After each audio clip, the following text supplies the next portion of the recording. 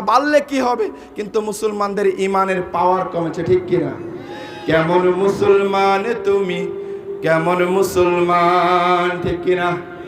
কেমন মুসলমান তুমি, কেমন মুসলমান, নামাজের সাথে নাই পরিচয়, মানো না কোরআন, তুমি কেমন মুসলমান, কেমন মুসলমান তুমি, কেমন মুসলমান। তুমি রমজান এলে রাখো না রোজা, দিনকে করো আঘাত, পয়সা কুড়ির নেই তো অভাব, দাও না তো যাকাত।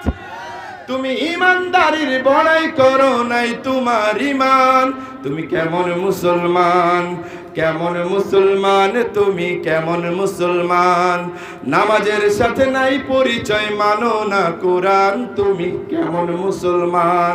তুমি সুদের টাকায় প্রাসাদ করো, ঘুষ ছাড়ো না, দিন দুঃখী না খেয়ে মরে খবর রাখো না। আর জোরে বলেন ঠিক কিনা? তুমি সুদের টাকায় প্রাসাদ গড়ো, ঘুষ ছাড়ো না, দিন দুঃখী না খেয়ে মরে খবর রাখো না।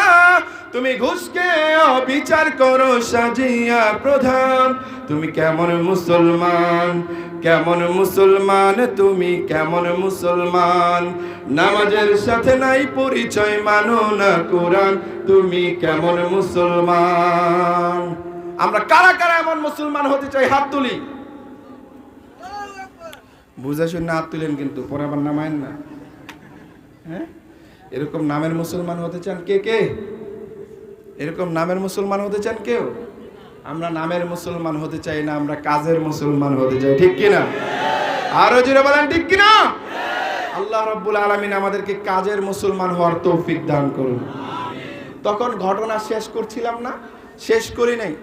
যখন মুসলমান দোকানদার বলল, আমার রাসূল বলেছেন মানুষের মধ্যে সর্বোত্তম ওই মানুষ যে অন্য মানুষের উপকার করে, রাসূলের এই হাদিসের উপর আমল করতে আমি দেখেছি আমার ওই ভাইটা তেমন লাভবানে ছিল না, ভালো বেচা বিক্রি করতে পারে নাই। রাসূলের এই হাদিসের উপর আমল করে আমি ওই ভাইটার একটু উপকার করেছি, আলহামদুলিল্লাহ। সুবহানাল্লাহ বলেন না? এই কথা শোনার সাথে সাথে যে ইহুদি আসছিল মুসলমানদের বিরুদ্ধে গোয়েন্দাগিরি করার জন্য, যে ইহুদি আসছিল মুসলমানদের কি রহস্য, তাদের মধ্যে কি এমন জাদু আছে দেখার জন্য, তখন সাথে সাথে শোনার পর বলতেছে, আমি আর মুসলমানদের বিরুদ্ধে গোয়েন্দাগিরি করব না, আমি আর মুসলমানদেরকে জানতে চাই না।